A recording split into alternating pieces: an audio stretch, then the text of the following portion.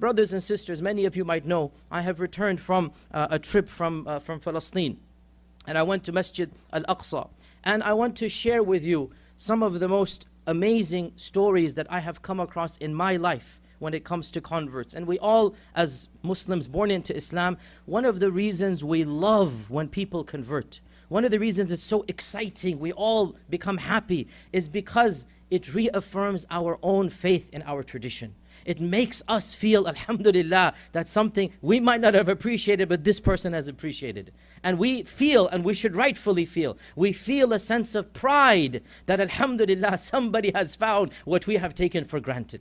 And there's no problem in being that happy and whatnot, but you should be happier at your own Islam, by the way, right? You should be even happier that Allah has guided you to Islam. And it's good to reaffirm our faith through the stories of converts, and that's why our convert brothers and sisters, they know every time they're in a Muslim gathering, the first question after they find out they're Muslim, oh, how did you convert? That conversion story, it is really powerful for us born Muslims. We love to hear it because it reaffirms our faith. It makes us feel so good. It makes us feel a sense of pride. And I want to share with you stories that I myself have interviewed and witnessed, because for me, and Allah Azza wa Jal has blessed me to see many and interact with many converts, but this group for me was the most bizarre and the most moving for me. And this is one of the reasons why this question, even though I've been thinking about it for a long time, it really became very powerful in my mind for the last few weeks. I'm going to only tell you 3 stories. I met a group of converts. All of these converts are Israeli Jewish converts to Islam, all of them.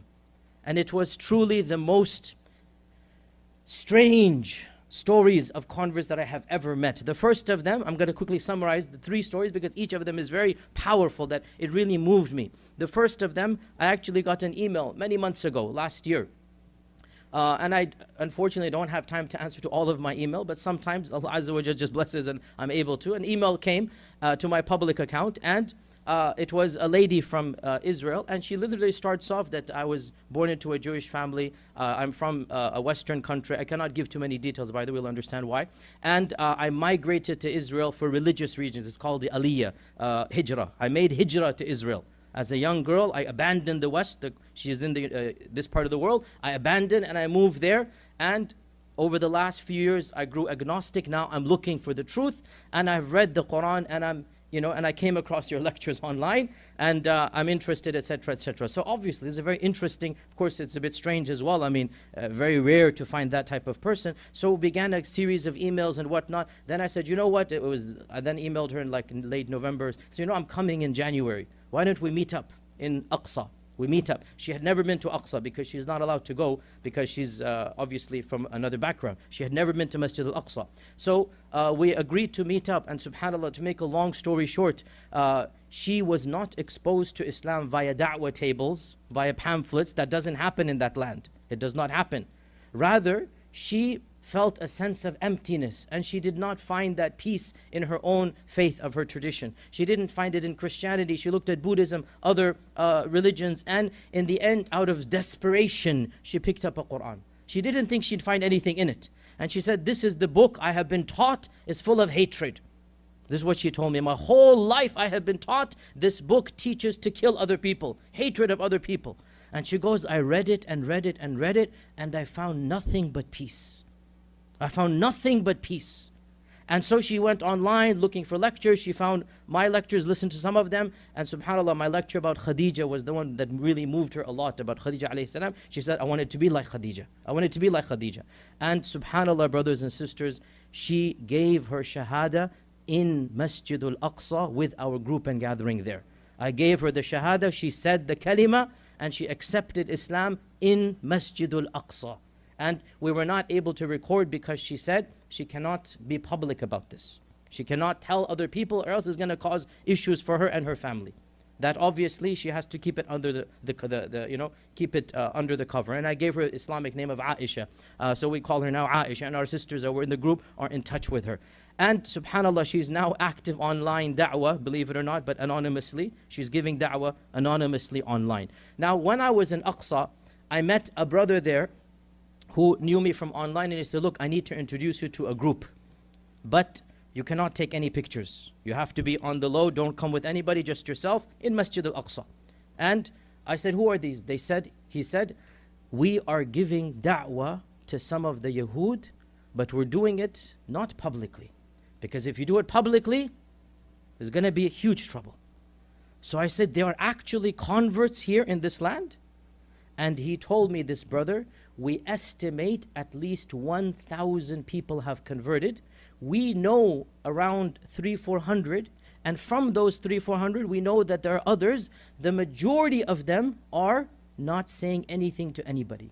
They come and learn what they need to and then go back to their daily lives. A few of them are public, and a few of them have had to flee from their families and homes and come and find shelter in Muslim lands. And they have heard about you, they want to meet you, and they would want to sit with us. Of course, my pleasure, my honor to meet with them. So after Salat al-Fajr, we prayed at the Masjid al-Aqsa. We went to one of the offices inside the complex, and we met like 5 or 6 of Israeli Jews who had converted to Islam. None of them had converted by one-on-one da'wah. None of them. Because that doesn't really happen. You know, in America, we have this freedom. You go in a booth and you give da'wah, you give pamphlets, you know, you knock on your neighbor's house, whatnot. There, as you know, there's a lot of religious segregation. There's no public preaching per se, even though theoretically it's legal, but you know what's going to happen if they actually do this, right? So each one of them, they had been guided to Islam on their own. Like just research and internet and buying pamphlets or doing this and that. And then they're contacting, you know, Muslim families, until finally there's a small group of brothers that they're giving da'wah in Hebrew. And so eventually they're all connected to this group. And I just want to mention 2 more stories that really moved me. One of them was a sister. She's now 19 years old. When she was 16, she wrote an email to this group of brothers who have a page on Facebook which is in Hebrew, Da'wah to Islam. She was 16 years old, and she says, I have decided to convert to Islam. And the group emailed back, look, we can't do anything. We cannot do anything. You are a minor, and we cannot get into any trouble. Best of luck and goodbye. She kept on emailing fiqhi questions, aqidah questions, and they have to answer just simple questions, right? She began to pray in her own house, in her closet, at the age of 16. And she began to get material online from them. And I was with the brother who eventually, there was a family, an elderly man and woman, they're living outside of Jerusalem, and they found, or the group that is the da'wah group, they found a family that at great risk to them would be willing to take in this young girl. This young girl, the night she turned 18, because they said we can't do anything legally, we don't want any trouble. The night she turned 18, she packed her bags, went to a phone booth, called the brother and said, I'm standing here, you told me when I'm 18 it would be legal, I'm 18, come pick me up. I cannot be with my family anymore. The brother became very worried, what is this, a trap, what not? Because obviously it's very dangerous, right? And he went with a group of family, sisters, whatnot. They found out everything seems legit, whatnot. She says, I need a place. I cannot be at home. I'm not allowed to pray. They're forcing me to do this and that. I need to get out to worship Allah subhanahu wa ta'ala. They made a few phone calls. A family agreed with great risk to them to take this young lady in. And she's now learning Arabic, memorizing Quran. Now listen, in that country when you're 18, do you know what you have to do? You have to go to the military and army, okay? And her papers came. And the family said, look, we're not going to do anything. This is between you and the government. Because again, they understand you cannot risk your life, right? So you know what they did? She said, fine, give me my paperwork and I'm going to go. Wearing my hijab and telling them I'm a Muslim. She went to the IDF. She went to the military. And the brother told me, the brother was saying, Ya akhi wallahi ana tarak, in Arabic, he said, I swear I left her a mile outside. I didn't want to go close to the post. I just dropped her. I said, call me when you're done. Because they're scared for their own lives, right? So the elderly couple, they left her outside. She walked to the post wearing hijab. She handed the papers of the conscription, and she goes, by the way, I'm a Muslim, so you should know that before you do anything else. And for 3 months, her case went back and forth. What should they do? Until finally they gave her a letter that for reasons, for whatever, we don't need you to work in the army. But the courage she must have had to walk in and to be who she is. And now she's memorizing the Quran, learning Arabic. Her Arabic was better than her English when she's talking to me. And subhanAllah, just mind-boggling for me to meet somebody like this. And the third story, and time is short, but this third story, wallahi, it was very emotional for me. And I had to really control my tears because it was very, very difficult for me to maintain composure. There was one of the people there. There was some brothers and 4 or 5 sisters. As usual, there are more sisters who convert, even in that society. And there was one sister who was very quiet. She didn't say a single word, not a single word, while we were there other than salam. And we were going around the table, what is your story? What is your story? Tell me your story. And when it came to her, she couldn't speak English. She's like 3rd generation now, living in that land. She speaks fluent Hebrew, but she doesn't speak English. So it was being translated in Hebrew to me by the middleman, the brother there.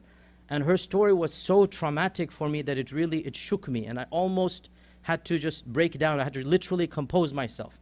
This lady in her 30s, she was the wife of a rabbi.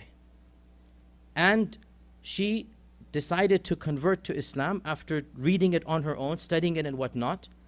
Her husband, when he found out, of course, divorced her, threatened her, and then took them to court that my wife is mentally insane and she has to be deprived of her children. She had 3 children. And the brother, the middleman, told me, and this literally caused me almost to break down.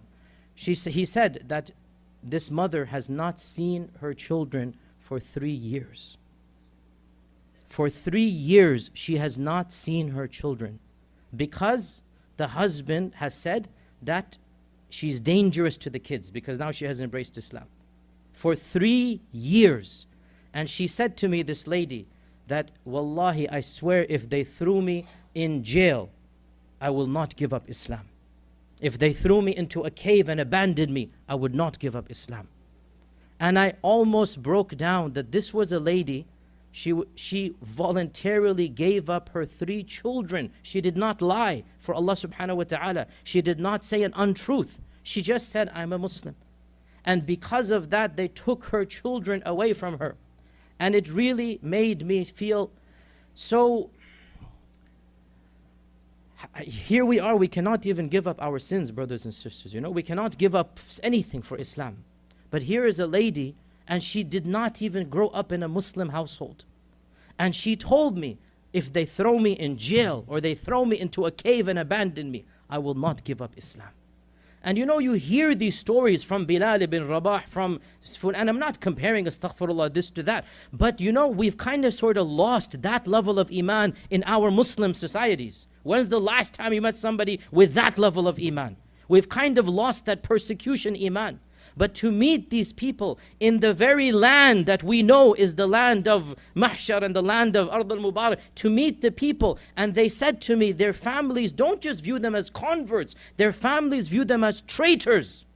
They have left the society and they have nowhere to go. They're being taken care of by poor Muslims here and there, and they're giving up their society, their luxury, their life, and in this case their children, for the sake of Allah subhanahu wa ta'ala. If that is not going to cause us to appreciate the blessings of Islam, then what will?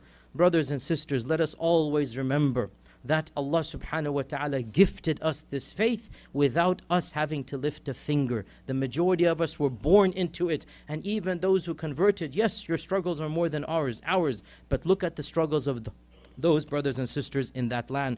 Remember, in the Quran we learned that when the people of Jannah enter Jannah, what will they say? What will they think of? They will say, as the Quran says, وَقَالُوا الْحَمْدُ لِلَّهِ الَّذِي هَدَانَا لِهَذَا وَمَا كُنَّا لِنَهْتَدِيَ لَوْلَا أَنْ هَدَانَ اللَّهِ. This is a Quranic dua from the people of Jannah. Even when they get to Jannah, what are they thanking Allah for? Alhamdulillah, who has guided us to this hidayah. And we would never have been guided to this hidayah unless Allah subhanahu wa ta'ala had guided us to it. Alhamdulillah for the blessing of Islam. Alhamdulillah for the blessing of the Quran. Alhamdulillah for the blessing of being of the ummah of the Prophet sallallahu alayhi wa sallam. بارك الله لي في القرآن العظيم ونفعني وإياكم بما فيه من الآيات والذكر الحكيم. أقول ما تسمعون وأستغفر الله العظيم لي ولكم ولسائر المسلمين من كل ذنب فاستغفروه إنه هو الغفور الرحيم.